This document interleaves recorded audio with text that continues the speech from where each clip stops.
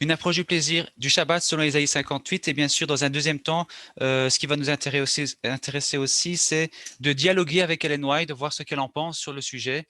En tant qu'adventiste, bien sûr, c'est une donnée parfois non conditionnelle.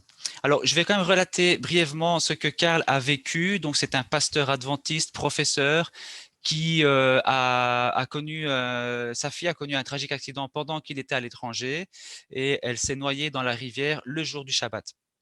Donc, suite à cela, beaucoup de personnes lui ont écrit parce qu'il avait lui-même rédigé un article pour montrer toute son incompréhension par rapport à cet accident et de savoir pourquoi Dieu, il est dans ce questionnement, pourquoi Dieu il a accepté, il a laissé faire les choses et il a sauvé qu'une fille sur les trois qui étaient dans la noyade, dans la rivière.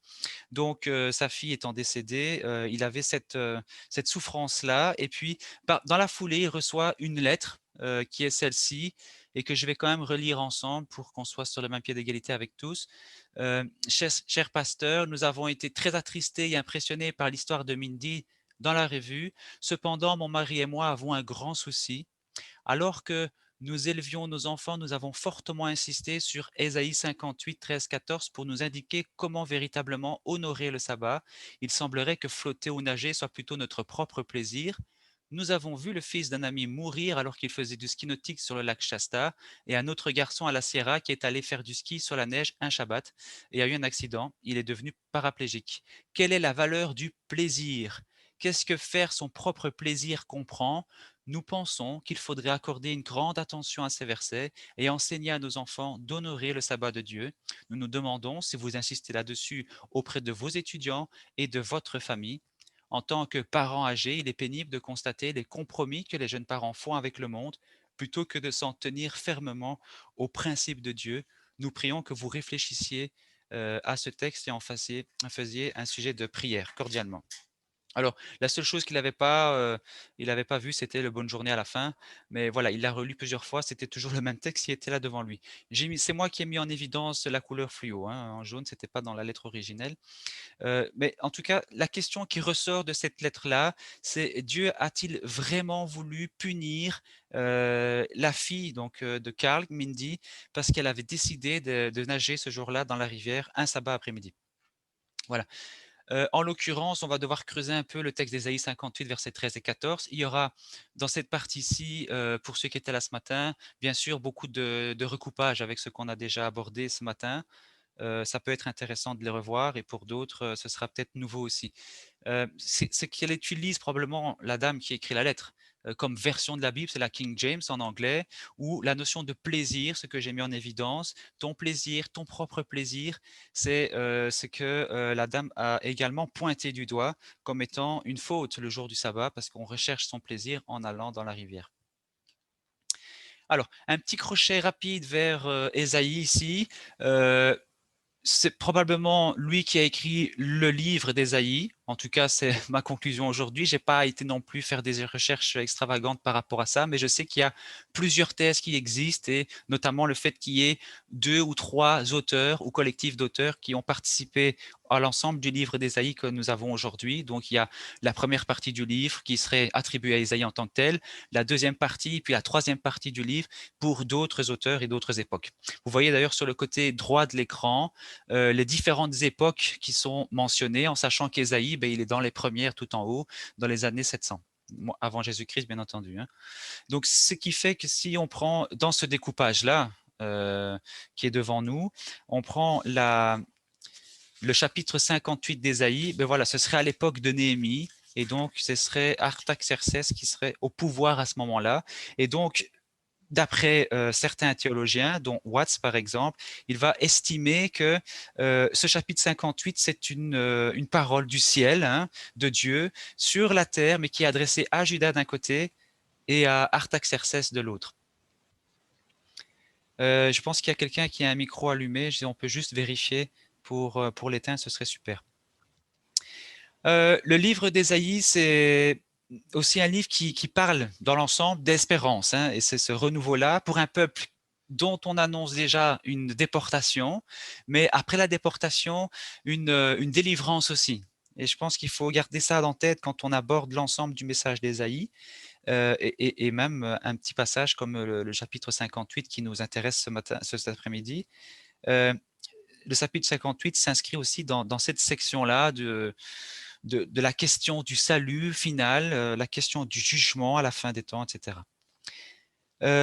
Mais c'est aussi un chapitre qui traite justement de je vais réutiliser le mot, la justice de Dieu, pour ne pas dire la droiture de Dieu, qui va s'exprimer par la justice sociale. Donc, c'est ce que on a mis en évidence ce matin. On est dans l'axe vertical pour certains, et le livre va nous renvoyer sur l'axe horizontal.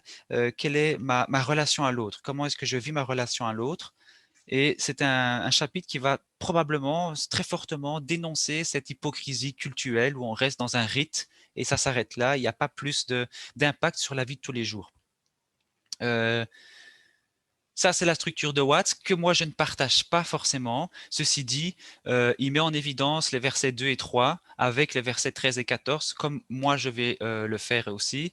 Et dans ma structure, en fait, celle que je mets en évidence ici, on voit qu'il y a d'abord pour le chapitre, bien sûr, l'introduction et la conclusion qui vont encadrer un peu l'ensemble du message, mais on a un état de la situation qui est le semblant de situation évoqué par les êtres humains, et puis il y a une question qui est formulée sous forme de plainte.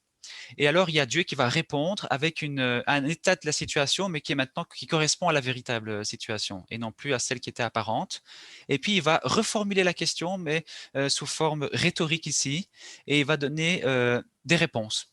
Et chaque réponse sera une solution accompagnée d'un effet. Si alors, si alors, si alors. On peut le résumer comme ça si on veut. On voit que dans l'ensemble du chapitre, il y a le jeûne d'un côté, le Shabbat à la fin du chapitre, et on peut se poser la question, est-ce qu'on peut mettre ça ensemble? Est-ce que ça a lieu d'être ou pas? Puisque le jeûne parle de mort, c'est une affliction, c'est la privation de nourriture, c'est essentiel à la vie bien sûr, c'est un esprit vraiment de repentance, d'humilité où on est vraiment dans la tristesse, tandis que le Shabbat, c'est l'inverse, hein, c'est vraiment la vie qui est célébrée, c'est la joie, la festivité, le festin, on mange hein, à l'occurrence. Donc voilà, il y a cet antagonisme-là et pourtant ça reste un chapitre qui n'est pas sectionnable, c'est un tout qu'on doit prendre tel quel. On ne peut pas dire, bon, on va couper, ça c'est pour la partie du jeûne et ça c'est pour la partie du Shabbat. Tout doit se lire ensemble et ça va probablement avoir un impact sur la manière de comprendre aussi le message qui est dessiné dans le verset 13. Et on a justement ce mot, refetz, le nom, ou rafatz, le verbe, qu'on va devoir traduire. On l'a déjà fait ce matin pour ceux qui étaient là, qui est utilisé 5 fois sur l'ensemble du chapitre. Et on a notamment dans les versets 2, dans les versets 3 et dans le verset 13, cette répartition des 5 éléments de Refetz. Alors, ici, je l'ai traduit dans ce texte, vous l'avez en fluo jaune. Il désire, c'est le verbe refetz, hein, rafat, et puis au verset 3, vos propres affaires, c'est le mot refetz qui est employé également. Il s'avère qu'ici, Refetz, il faudra aussi le sonder. Mais avant de le sonder un peu plus, j'aimerais bien déjà montrer l'importance de la rime d'idées qui est intrinsèque à la manière d'écrire dans les écrits hébreux, donc pour l'Ancien Testament. Au lieu d'avoir des rimes de sons comme on a en français, on a des rimes d'idées où une idée va être renforcée par une idée similaire et qui va être complétée ainsi dans le message. Et ici, on a cette rime d'idées dans Ésaïe 58, le verset 3. À la fin du verset 3, on a deux éléments qui vont se faire parallèles, hein, qui vont se donner écho. L'accomplissement des propres désirs, c'est le mot refet, et puis le mauvais traitement des ouvriers. Et c'est intéressant de voir ça ensemble puisque l'un va colorer l'autre et va expliquer l'autre. Donc, c'est comme si Ésaïe était en train de dire, il y a une oppression sociale pour un profit personnel et les autres souffrent à cause de cela. Et ça, c'est clair que dans le contexte du jeûne, bon, c'est pas très compréhensible. Il y a une incohérence, il y a une incompatibilité entre cette attitude où on est normalement dans une humilité, une introspection, une repentance, et puis on va quand même exploiter ceux qui sont là à côté pour un profit d'autant plus personnel. Alors, intéressant de voir aussi qu'ici, c'est ce désir, ce réflexe du verset 2 qui va être coloré par ce business, on va dire, du verset 3, cette notion qui est là. Le jeûne, ça reste une démarche visible. On l'a dit aussi ce matin, quand on jeûne dans la mentalité hébraïque, peut-être plus aujourd'hui, mais en tout cas à l'époque, on avait des sacs sur soi, on mettait la cendre sur la tête, il y avait des trous dans les vêtements, on mettait pas le parfum. Bon voilà, ça se voyait, ça se sentait peut-être aussi par les odeurs hein, du lit. Donc voilà, ça se voit. Et quand quelqu'un jeûne, ben, c'est peut-être aussi une certaine manière, ça peut être interprété comme ça, c'est ce qui sera d'ailleurs critiqué par Jésus. Ça peut être une manière de dire, ben voilà, moi je suis plus saint que toi. Je suis plus spirituel, plus religieux que toi, et je suis mieux que toi, etc. Donc là, c'est déjà aussi pour nous montrer, attention, il y a peut-être des abus qui sont faits. Il y a cet écho-là qui est réalisé dans d'autres prophètes, mais il y a un terme qui est utilisé, c'est l'affliction, le fait d'être affligé, qu'on retrouve à plusieurs versets dans le chapitre 58. Et c'est intéressant de voir que ce terme-là, il est utilisé par les personnes qui jeûnent. Nous sommes affligés, mais tu ne le vois pas. À quoi ça sert qu'on jeûne? Et Dieu va répondre au verset 10 en disant, mais votre jeûne, si au moins vous pouvez prendre soin des personnes qui sont réellement affligées et pas celles qui font semblant pendant quelques heures de se priver un peu de nourriture parce qu'elles ont envie de le faire, mais pour les personnes qui, elles, ne font pas semblant, mais qui sont écrasées par un système mis en place contre elles. Donc, je pense que grosso modo, on peut dire que Dieu n'est pas un distributeur automatique. C'est un texte qui va dénoncer cet automatisme religieux où on va réaliser une pratique cultuelle dans un ordre bien précis, on met le code PIN et papa, et l'argent sort. Ça, c'est pas Dieu. Euh, c'est un peu l'écho qu'on va retrouver dans le salut qu'on appelle le salut par les œuvres. Hein. Si je fais ça, ça, ça, alors oui, j'irai au paradis. C'est pas comme ça que ça marche avec Dieu, apparemment. Dieu n'est pas ce distributeur automatique. On en vient au verset 13 et 14 qui va mettre en évidence aussi ce mot refet à deux reprises, que j'ai traduit ici par propres affaires. On aurait pu mettre un peu différemment, mais je pense que maintenant on peut l'aborder un peu ce terme. Au niveau du verbe, sur 73 usages dans l'ensemble de la Bible hébraïque, il y en a 12 dans Ésaïe. Donc c'est quand même pas mal. Hein. Le nom Rephet, sur 38 usages dans la Bible, aussi dans l'Ancien Testament, il y en a 9 chez Ésaïe. Donc quand même, Ésaïe recense une grosse partie des termes Rephet sur l'ensemble de son usage dans l'Ancien Testament. Rephet peut être traduit par trois choses. La notion de désir, donc la volonté, c'est la première chose qui vient en tête. Ensuite, bien sûr, le plaisir qui est là quand même. Et puis, une affaire, un business, quelque chose qui est lié au commerce, à un gain. OK? Un écho intéressant, c'est dans Proverbe 31, 13, où on va dire que le travail des mains de la femme vertueuse, hein, c'est à ce moment-là où on fait l'éloge de la femme vertueuse, il est refait, il est plaisant, il est volontaire, elle prend du plaisir à le faire. C'est quelqu'un, une femme qui fait beaucoup, elle est laborieuse, elle est affairée. D'accord? Maintenant, il y a un autre terme qui est employé aussi, c'est le terme Shabbat, qu'on traduit par sabbat en français. Mais avant de l'aborder, j'aimerais juste faire un petit écart sur l'usage théologique quand même de ce refetz ou de cette manière d'aborder le plaisir lié avec la volonté et les affaires.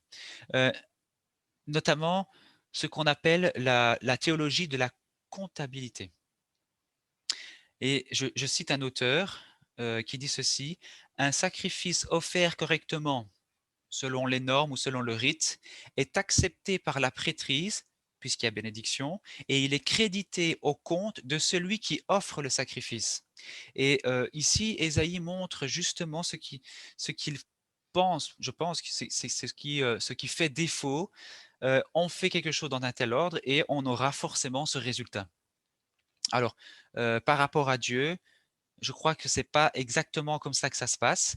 En tout cas, le texte nous montre dans Ésaïe 58 que c'est pas parce que tu fais le code PIN correctement que forcément ça va arriver. Il y a quelque chose d'autre. Il y a ce que tu penses, la manière dont tu vas vivre ta vie de tous les jours, et pas juste je fais mon sacrifice de telle heure à telle heure, ou bien je prie 3 fois par jour, ou bien je donne ma dîme, ou bien voilà. Tout ça, ce sont des choses qui ne sont pas mauvaises en soi, mais si elles ne sont pas accompagnées de la vraie spiritualité, c'est-à-dire le renvoi sur l'axe horizontal, ma relation aux autres qui m'entourent, si cette relation-là n'est pas de qualité, alors à ce moment-là, on ne pourra pas dire que Dieu va agréer ce rituel qui est réalisé. Donc, on voit bien qu'on est ici contre quelque chose de légaliste, quelque chose d'automatique. Alors, par rapport au Shabbat, on a déjà en tant que nom commun que 8 occurrences pardon, dans le texte d'Ésaïe, donc c'est pas énorme hein, sur l'ensemble des 66 chapitres, c'est très peu, mais on voit qu'il y a 4 passages qui sont mentionnés. Et à chaque fois, ou presque, on va parler un espèce d'écho, on va dire, à Ésaïe 58, notamment dans Ésaïe chapitre 1, où on va dire le Shabbat, ce culte-là, c'est bien, mais pas quand il y a la maltraitance sociale. Dans Ésaïe 56, à 3 reprises, on va dire oui, le Shabbat que j'aime, c'est celui où il y a la bienveillance. Alors, vous voyez que lorsqu'on parle du Shabbat dans Ésaïe, à part une fois où on parle du cycle, où on dit tous les sabbats, ben voilà, on se réunit, tout ça, dans Ésaïe 66, toutes les autres occurrences, même s'il n'y en a pas beaucoup, vont toujours souligner cette importance d'être bien avec les autres, d'être en bon terme avec chacun. L'usage du verbe Shabbat, lui, déjà il faut savoir que ça veut dire cesser, arrêter, donc chômer, vraiment ne rien faire au niveau du travail régulier, séculier de tous les jours, et aussi la notion d'arriver à une fin dans l'idée d'un cycle. Hein. On arrivait à 7e jour, c'est la fin de la semaine, et puis on va recommencer un nouveau cycle de 7 jours. On peut d'ailleurs voir un écho dans Ésaïe 24. Mais Dieu montre encore ici dans ce texte la tradition insipide d'une certaine manière qui n'a pas de goût par ce rituel qui va être mis en contraste avec la loyauté qui, elle, est vivante dans la vie de tous les jours, ce que j'ai appelé ce matin la dimension Emmanuel. Être Emmanuel avec les autres, c'est-à-dire imiter Dieu dans ma relation aux autres, dans ma manière d'aborder la vie de tous les jours. Alors, il y a aussi une rime d'idées dans Ésaïe 56 qui peut être intéressante, où on va mettre en évidence d'un côté, en gardant ses mains de faire aucun mal, où c'est Dieu qui invite l'être humain à réaliser cela, et puis de l'autre côté, ce en quoi je prends plaisir, c'est-à-dire ma volonté, mon réflexe. Hein. Et puis, il y a cette notion de délice qui est quand même reliée au Shabbat dans Ésaïe 58. Et avant de l'aborder, j'aimerais juste rappeler que le verbe n'est jamais, le verbe Shabbat, hein, cesser, chômer, n'est jamais mis en relation avec le 7e jour. D'accord. Donc, c'est juste, ça veut juste dire on chôme ou on arrête une activité, mais c'est jamais mis explicitement en relation avec le 7e jour tel que nous on le connaît aujourd'hui. Donc, ça peut pas être utilisé pour pouvoir appuyer un message concernant ce que nous on appelle le Shabbat ou le samedi. Alors, concernant le délice, c'est étonnant que c'est aussi le Shabbat qui est qualifié au verset 13 de délice. Donc, comment peut-on dire que on ne peut pas rechercher le plaisir le Shabbat si le texte dit lui-même que le Shabbat, c'est un délice?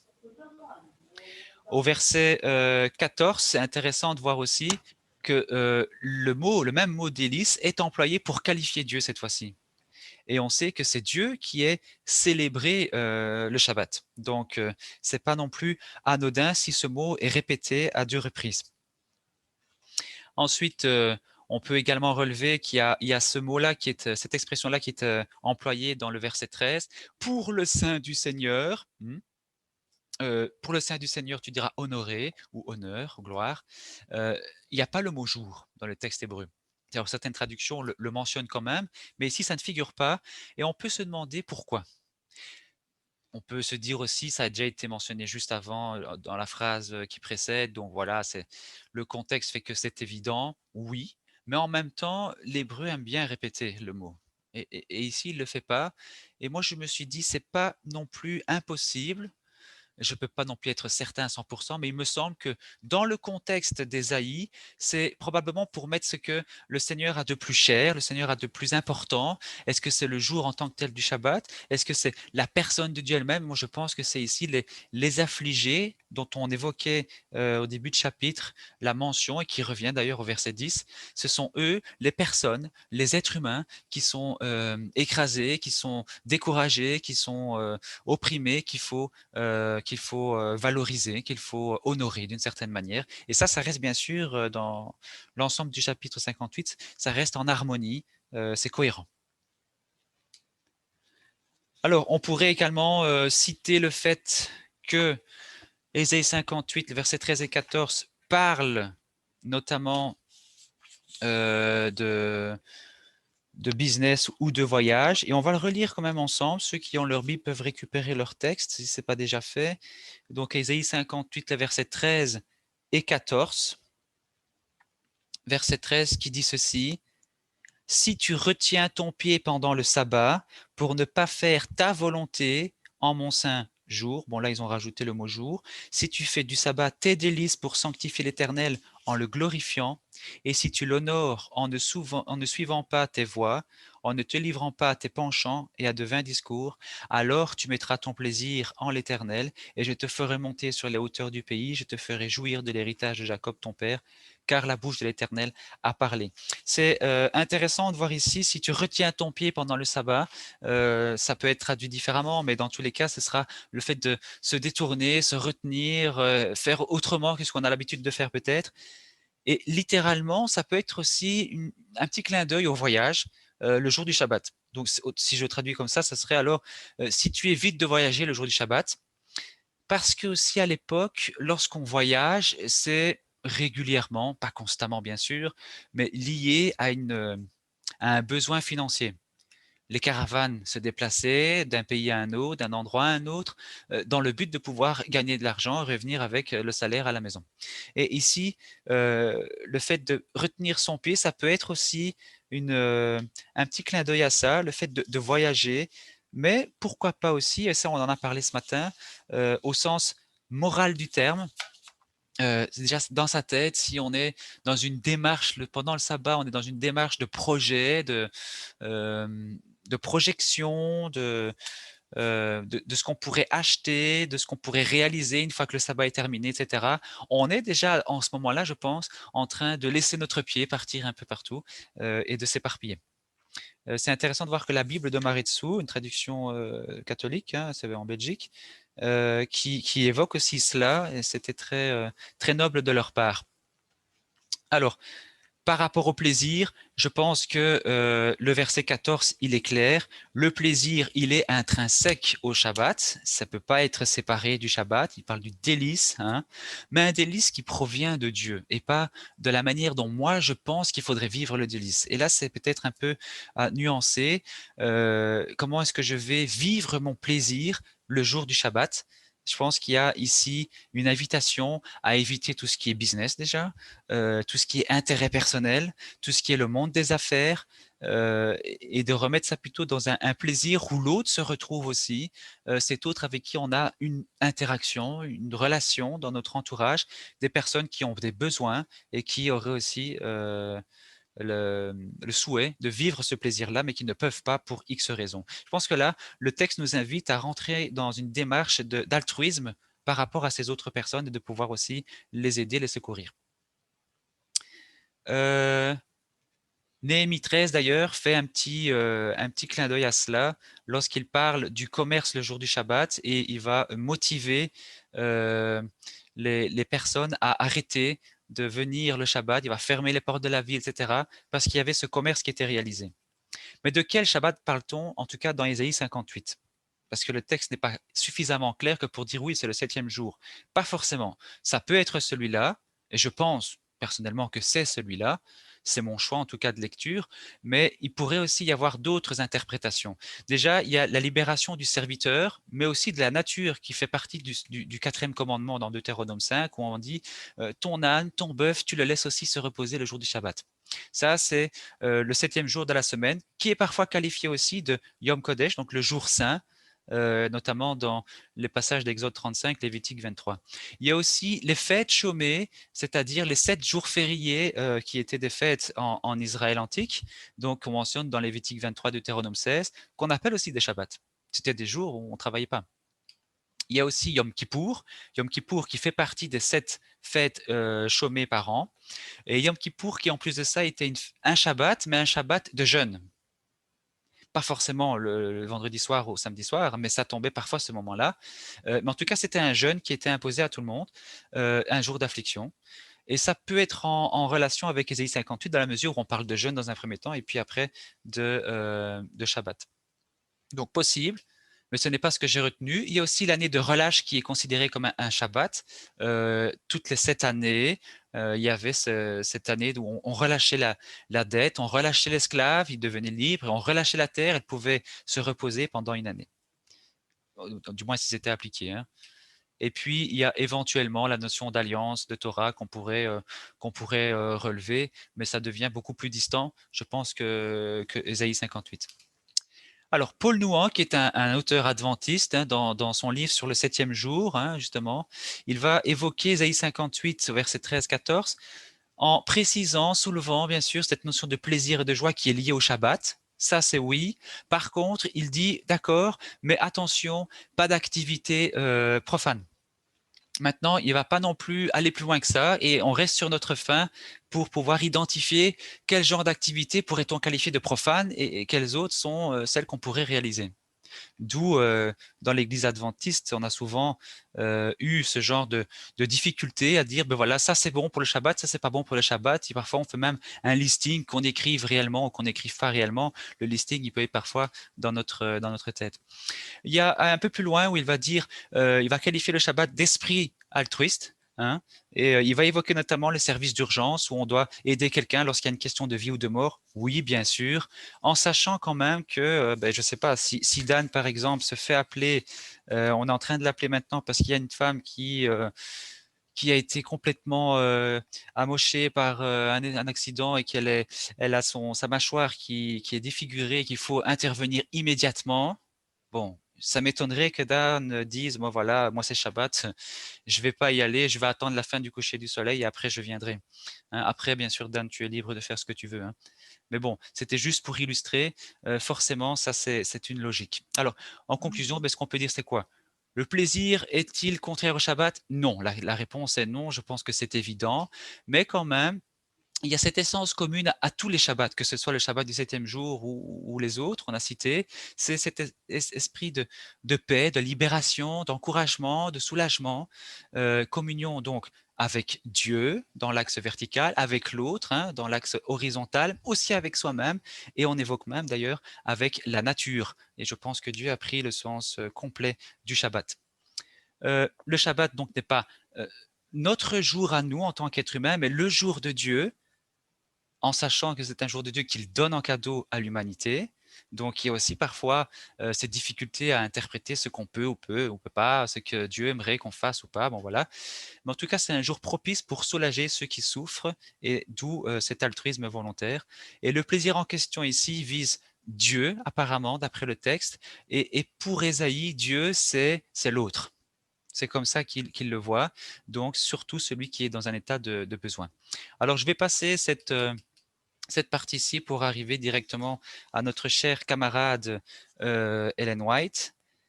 Et il s'avère qu'Ellen White, je l'ai consultée spécialement parce qu'elle écrit une lettre en 1906, la lettre 252, qui va évoquer la natation de manière spécifique, le Shabbat, et d'une certaine manière Ésaïe 58. C'est pas aussi explicite que ça, mais on peut le sous-entendre quand même. En tout cas, elle va lier la natation et le Shabbat ensemble dans cette lettre-là, et c'est pour ça que je l'ai consultée pour comprendre quelle était sa pensée par rapport au Shabbat, et notamment le fait que pour certaines personnes dans l'Église adventiste, ça a été une des règles, on ne peut pas nager le jour du Shabbat. Alors, elle écrit cette lettre-là à une personne, un couple en fait, hein, c'est le couple Olsen, surtout le mari, Ole Andres, qui est contemporain d'Ellen White. C'était un ami, le couple était ami d'Ellen White. Hein. Ils ont beaucoup travaillé ensemble. Il a été président notamment de la conférence générale, donc la plus haute instance de l'adventisme pendant près de 10 ans. C'est un administrateur, il a beaucoup aidé pour l'Église, etc. Et en 1905, il devient le président de l'Union australienne, qui vient d'être créée d'ailleurs. Et puis, il y a cette lettre-là qui est donnée l'année suivante par Ellen White, qui est envoyée pour ce couple-là. Alors, moi, ce qui m'intéresse surtout dans cette lettre-là, elle est beaucoup plus longue. Hein. J'ai bien sûr réduit pour pouvoir la lire ensemble, une partie en tout cas.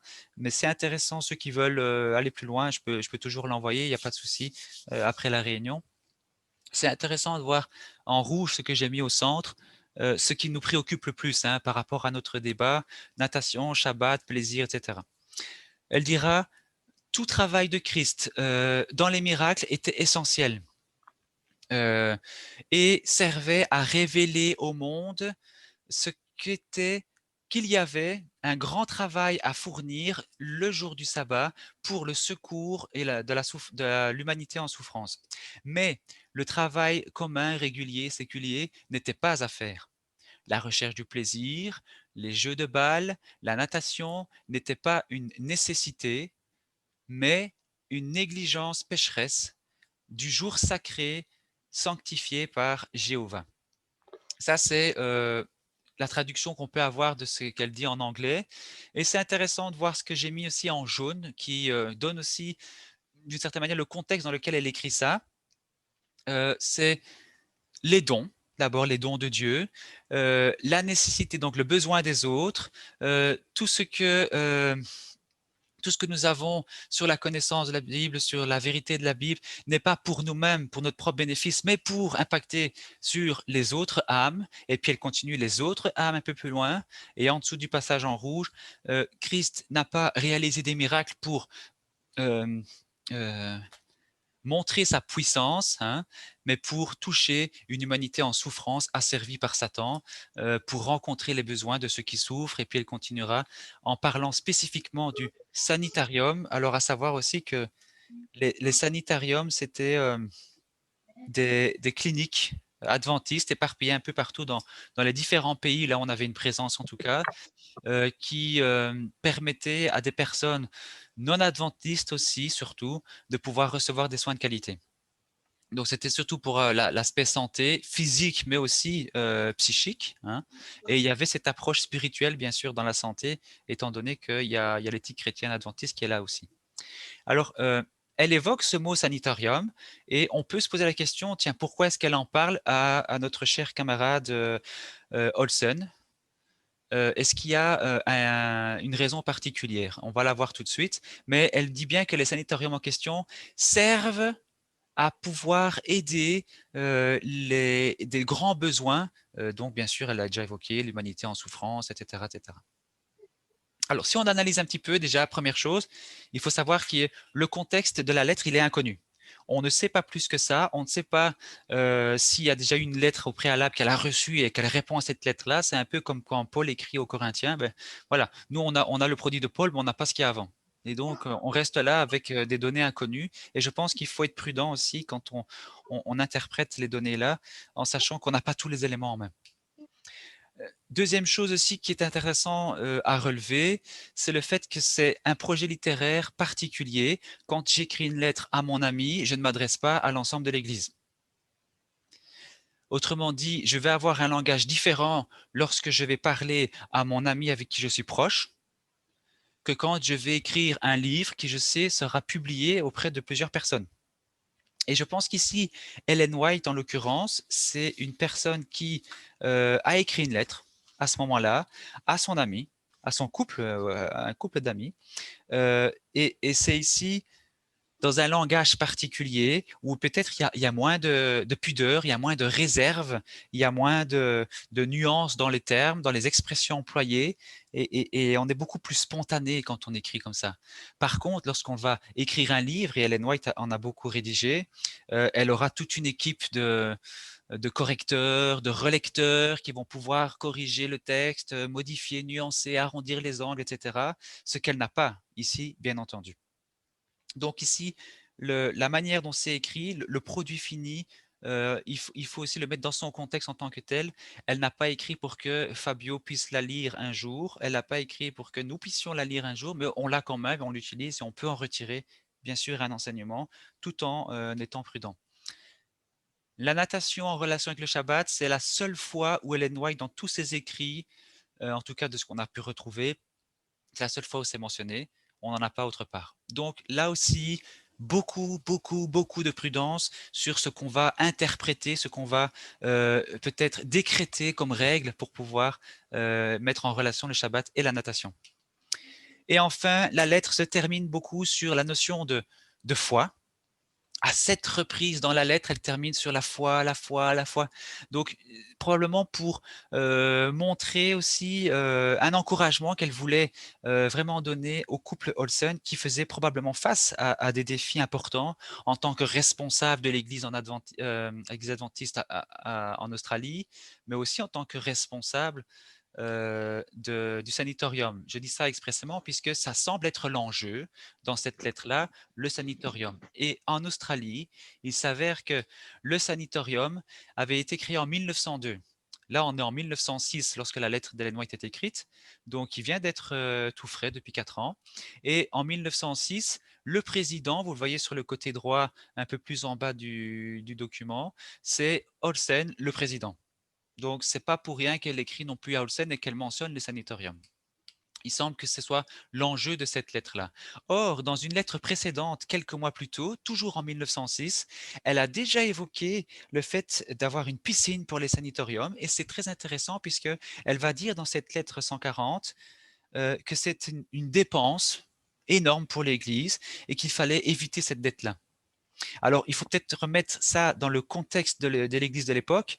On est dans un contexte de crise financière pour l'Église adventiste et je pense que sans ce contexte-là, peut-être qu'elle aurait peut-être pas utilisé des mots aussi forts. Mais ici, elle appuie beaucoup là-dessus, pour elle en tout cas en 1906. Et puis, elle va beaucoup parler dans sa lettre qu'elle écrit à Olsen de Jean VI, qu'elle va utiliser comme une analogie d'encouragement, bien sûr, hein, pour le couple Olsen. Jean VI qui va évoquer, c'est le récit de la multiplication des 5 pains et des 2 poissons, d'accord? Mais elle ne fait aucune mention explicite d'Ésaïe 58. On peut éventuellement, j'ai dit bien éventuellement, ça reste une hypothèse, sous-entendre elle en fait mention, mais ça reste très fragile comme argument. Alors, le sabbat, c'est un jour saint pour elle, hein, selon Ellen White, où le travail régulier, les plaisirs égocentriques sont à écarter. Je pense que là-dessus, elle insiste beaucoup, et on va le voir probablement dans d'autres écrits. Le problème pour elle, c'est peut-être un découragement qu'elle va vouloir redynamiser pour le couple et elle pointe toujours sur le secours par rapport aux nécessiteux, ceux qui en ont besoin. Même chose pour son interprétation de Jean 6, elle va l'utiliser pour pouvoir pointer cet altruisme par rapport aux autres et elle va utiliser le verset 12 de Jean 6 qui évoque le fait que Jésus dise ramassez tous les morceaux quand on a distribué le pain, tout le monde a mangé, ramassez les morceaux, que rien ne se perde. Donc ceux qui veulent aller vérifier, c'est possible. Et elle va utiliser ce verset-là pour dire qu'on ne doit pas faire de gaspillage, hein, mais on doit en faire profiter les autres aussi. Et ça, c'est aussi une notion qu'elle va beaucoup développer par après. Alors, on voit cet esprit de sabbat altruiste d'un côté, qu'elle met en contraste aux antipodes, contrairement au plaisir égocentrique qu'elle va illustrer ici avec le jeu de balle ou la natation. Et puis on a Matthieu 28 qu'elle va évoquer, la mission des chrétiens dans Matthieu 28, aller, enseigner, baptiser, répandre la bonne nouvelle, etc., etc. Donc ça, elle le met bien en évidence aussi. Pour elle, je pense qu'on peut la réduire comme ça, même si c'est bien sûr beaucoup plus vaste que cela, mais sa lettre, c'est surtout pas l'égocentrisme, mais viser l'altruisme. Si on devait retenir quelque chose, je pense qu'on met altruisme comme mot et ça réduit peut-être la lettre, mais c'est quand même la synthèse un peu de son message au couple Olsen. Alors, j'ai quand même essayé de regarder Ésaïe 58 dans les différents écrits d'Ellen White. Et il s'avère elle en parle apparemment dans plus de 1000 cas. Alors parfois, ce sont des recoupages, hein, parce qu'on fait des copier-coller dans d'autres écrits, on fait des compilations de ces écrits. Donc voilà, c'est peut-être un nombre à relativiser, mais dans tous les cas, moi, j'ai pas été vérifier les 1000 résultats. Je suis resté sur les 50 premiers. J'ai pris les 50 premiers que j'ai vus et je les ai analysés. Alors, elle a 4 approches par rapport à Ésaïe 58. D'abord, une approche très diverse. J'ai appelé ça diverse, mais on aurait pu appeler ça très générale. Euh, Notamment, par exemple, le fait qu'elle rétorque qu'elle ne souhaite pas arrondir ses ans quand elle prêche sur Ésaïe 58. Ou alors, elle met Ésaïe 58, le verset 1, comme un écho à Apocalypse 14. Voilà, c'est très divers, ça va un peu dans tous les sens. Deuxième chose, ça commence un peu à se cristalliser, c'est une approche christocentrique, c'est-à-dire on va mettre Christ en évidence. où elle dira, par exemple, le jour saint du Seigneur, elle va le mettre en relation avec Jésus qui dit « Je suis le maître du sabbat ». Ensuite, elle aura quelque chose encore plus évident, c'est la dimension existentielle à 7 reprises, c'est-à-dire, par exemple, comment je vis le sabbat dans ma vie de tous les jours. Par exemple, pour elle, Ésaïe 58 démontre l'importance de vivre conformément à la loi de Dieu, comme des personnes qui sont touchées par la grâce, etc. Donc, c'est la manière de vivre les choses. Et puis, ce qui ressort du lot, encore un peu plus, c'est l'approche missionnelle. Et là, il y a quand même 9 allusions à cela sur les 50 résultats que j'ai analysés. Où elle va montrer toujours l'importance, la relation d'Ésaïe 58 avec la mission, ce que je peux faire pour les autres, les autres, les autres, les autres, les autres, altruisme. On voit que c'est un Shabbat qui est aux antipodes de l'égocentrisme, pour Ellen White. Okay, la notion de plaisir personnel, c'est barré, c'est assuré, voilà, ça ne fait pas partie de sa manière de comprendre le Shabbat. Je vais peut-être relativiser un peu plus après, hein, mais je le dis comme ça un peu maintenant pour pouvoir aller plus en avant.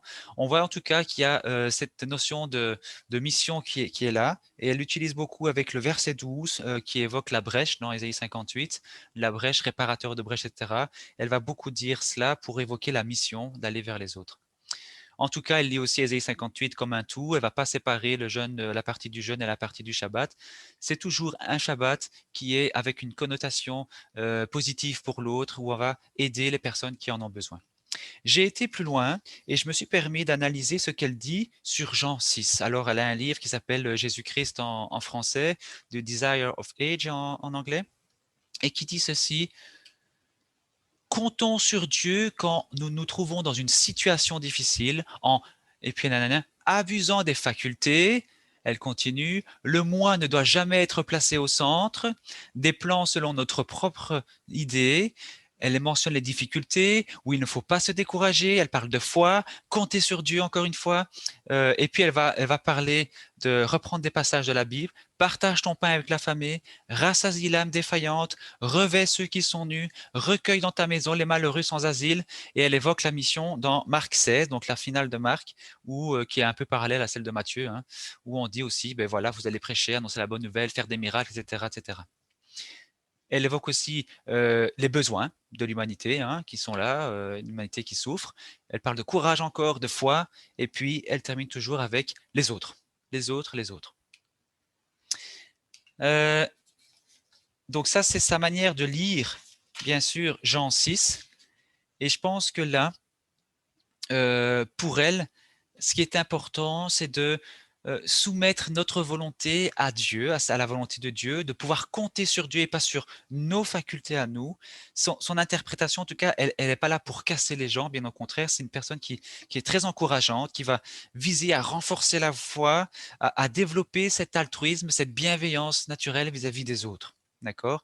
Et là, c'est très intéressant parce que dans Jean 6, dans sa manière dont elle écrit Jean 6, et c'est un livre qui date avant la lettre qu'elle a écrite en 1906 pour le couple Olsen. Dans son interprétation de Jean 6, elle met en évidence le fait de la relation avec Ésaïe 58. Donc, quand elle lit Jean 6, elle lit aussi Ésaïe 58 avec. L'un ne va pas sans l'autre dans sa conception. Donc, quand elle écrit à Ole Andrés, le couple Olsen, pour pouvoir lui parler de Jean 6, mais dans sa tête, je pense qu'il y a Ésaïe 58, même si elle ne le dit pas explicitement. Alors, j'ai quand même fait une recherche sur les plaisirs égocentriques chez Ellen White, puisqu'elle l'a évoqué à plusieurs reprises, et ça m'a interpellé. Elle dira dans beaucoup de ses ouvrages, j'ai pas tout repris bien sûr, les citations, je les ai également un peu coupées, mais on peut retrouver facilement les sources. Elle dira ceci: lorsque je suis tenté de m'adonner au plaisir et aux distractions égoïstes pour moi-même, je devrais dire non, je ne dépenserai pas un franc pour ma propre satisfaction. Mais à savoir, la phrase continue en réalité, aussi longtemps que la maison de Dieu est sous hypothèque ou est chargée d'une dette. Donc il y a aussi déjà un contexte qui nous montre le pourquoi. Elle dira quand même plus tard, les économes de Dieu doivent pourvoir aux besoins des nécessiteux. Dieu condamne les hommes qui se livrent au plaisir égoïste, tandis que leurs semblables souffrent du manque de nourriture et de vêtements. Elle parle également de plaisir égoïste, donc le divertissement qui est contraire à une activité qui va être utile à tous. Et là, elle va justement souligner l'importance, inviter les gens à tendre vers un exercice physique où on va dépenser son énergie physique, non pas dans un sport égoïste, mais dans une tâche manuelle qui va faire du bien à quelqu'un. Par exemple, aider mon voisin qui est en train de déneiger son trottoir ou je sais pas moi, bêcher son jardin pour lui faire plaisir.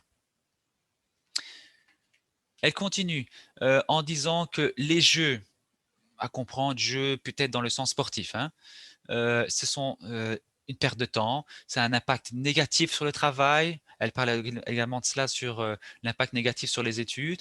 Elle fait l'analogie avec la romantique comme étant donné que c'était des jeux avec la brutalité, il y a une puissance, hein, l'un doit écraser l'autre, etc. Donc cette domination qui est là. Elle utilise beaucoup cette analogie. Et puis, elle évoque quand même un sport moins brutal qui existait déjà à l'époque, c'était l'athlétisme. Mais elle dit c'est déjà mieux, mais c'est pas non plus le top, quoi, hein. Autrement dit, elle va toujours poindre tendre de l'amour du plaisir vers le travail utile. Euh, Ensuite, elle évoque également le gaspillage, l'abus de l'énergie d'une certaine manière, où on a cette énergie-là, mais on va en faire quoi? On va juste jouer au football. Bon, c'est bien, mais les gars, il y a peut-être moyen de faire mieux, quoi. Et c'est comme ça qu'elle va toujours tendre vers quelque chose qui est utile pour quelqu'un qui a le besoin et qui ne peut pas réaliser ce que nous on peut faire. Elle dira également, et ça c'est intéressant de le lire quand même, je ne condamne pas le simple exercice qui consiste à jouer au ballon.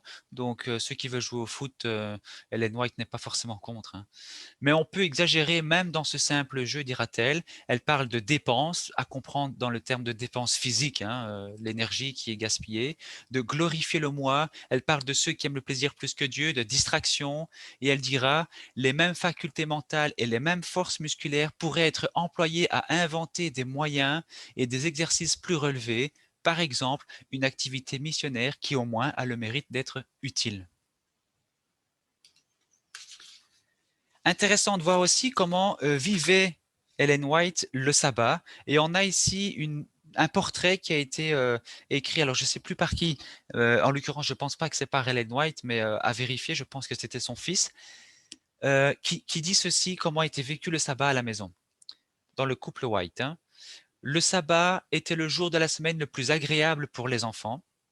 Ainsi, la famille allait à l'église et si l'ancien, donc le papa James White, et Madame White n'avaient aucune présentation, la famille s'asseyait ensemble pendant tout le service. Au déjeuner, il y avait des repas spéciaux qui n'avaient pas été servis au cours de la semaine. Et si le temps était clément, Madame White sortait pour une marche dans les bois avec les enfants ou en bordure de la rivière. Là, ils observaient les merveilles de la nature et ils étudiaient les œuvres créées de Dieu. S'il pleuvait ou s'il faisait froid durant la journée, elle rassemblait les enfants autour du feu dans la maison et leur faisait une lecture. Alors, on a un portrait ici, peut-être un peu caricatural parce que c'est pas non plus tous les Shabbats qui étaient vécus comme ça, mais ça reste quand même une certaine généralité du Shabbat vécu par le couple White. Et c'est intéressant de voir qu'ici, on parle de plaisir, c'est là, ça oui, le plaisir n'est pas découpé, au contraire, mais l'altruisme missionnel, on peut toujours essayer de le chercher, hein. Là, on reste en famille, on est en famille, on est en famille, on est en famille. Et je pense que quand on lit ça, on peut aussi être prudent dans la manière dont on va interpréter après et appliquer des notions qui sont tirées de livres d'Ellen White. Euh, pour dire donc, peut-être qu'Ellen White a dit le football, attention, ou les activités sportives, le sabbat, attention, mais elle, est-ce qu'elle va vivre le sabbat comme une mission vers les autres? Pas forcément. En tout cas, pas systématiquement. Donc, ça, je dis, il faut parfois nuancer, relativiser certaines choses. Euh, Qu'est-ce qu'on peut conclure par rapport à Ellen White? Alors, elle n'est pas contre l'exercice physique, je pense que là, on l'a bien compris. Elle n'est pas contre les loisirs, dans la mesure où ça ne coûte pas trop d'argent non plus, hein. Elle est aussi très à cheval là-dessus. Mais surtout quand c'est un jour de la semaine ordinaire. Si c'est le Shabbat, là, ça devient beaucoup plus critique pour elle. C'est difficile elle est beaucoup plus réticente. Ellen White, elle est contre cet esprit de compétition, de domination, hein, de puissance, d'orgueil, de brutalité, de rivalité, notamment avec l'image de la Rome antique. Mais c'est difficile quand même de statuer sur la base de cette seule phrase où on a la natation le jour du Shabbat. Bon, ça fait un peu ça fait un peu réducteur, j'ai envie de dire, sur, la manière dont on pourrait interpréter, ce que pense Ellen White par rapport à cela. Elle n'a pas fait une dissertation dessus, donc voilà. C'est difficile aussi de pouvoir, dire voilà, elle pense ceci et puis c'est tout. Savoir aussi que pour elle, les activités physiques, elle parle de divertissements qui sont égocentriques et elle dit maintenant on devrait tendre non pas vers soi-même mais vers les autres, donc pour se rendre utile. Et elle évoque beaucoup la mission par rapport à ça. Elle évoque également Jean 6 qu'elle va relier avec Ésaïe 58, de manière implicite probablement dans la lettre au couple Ole Olsen, là, mais de manière explicite dans son livre Desire of Ages. Pour elle, bien sûr, Ésaïe 58, c'est une unité littéraire, on ne peut pas la diviser en deux parties. Le verset 12 d'Ésaïe 58, elle appuie beaucoup dessus pour la mission par rapport au Shabbat. Hein, il faut revaloriser le Shabbat, il faut enseigner le Shabbat, il faut aider les gens à vivre le Shabbat correctement. Bon, voilà. Et puis, Ellen White va condamner, je l'ai mis entre guillemets parce que c'est pas exactement le terme qu'il faudrait peut-être choisir, mais en tout cas, elle va inviter à éviter les plaisirs qui sont égocentriques, égoïstes, mais elle va surtout, beaucoup plus d'ailleurs, mettre l'accent sur l'essence du Shabbat. Elle va beaucoup travailler là-dessus, qui est pour elle, bien sûr, cet altruisme, une aide désintéressée, quelque chose de gratuit, d'utile, de bienveillant et qui vise, bien sûr, à aider les personnes qui sont dans le besoin. Voilà. Euh, je regarde vite fait si je peux rajouter un petit truc éventuellement. Je pense on a fait le tour. Qu'est-ce qu'on peut en retirer pour nous en 2021 à Charleroi ou ailleurs pour ceux qui nous suivent d'ailleurs? Et je pense que c'est probablement le chapitre qui mérite d'être le plus développé. Parce que ce qui s'est passé à l'époque d'Ésaïe, c'est une chose. Ce qui s'est passé à l'époque d'Ellen White, c'est aussi une autre chose. Mais ça reste quand même distant de notre quotidien à nous, de notre réalité à nous, de notre contexte à nous, dans lequel on vit aujourd'hui. Moi, j'ai retiré 3 enseignements principaux. Après, on peut en faire au 7, 29, voilà. Mais je voulais pas non plus être trop long. Première chose, c'est surtout, et pour moi c'est le plus important, euh, valoriser cette souplesse hein, par rapport à l'éthique du Shabbat. C'est-à-dire euh, ne pas imposer, je pense qu'on gagne à ne pas imposer à l'autre ma manière de compréhension, ma manière de comprendre le Shabbat.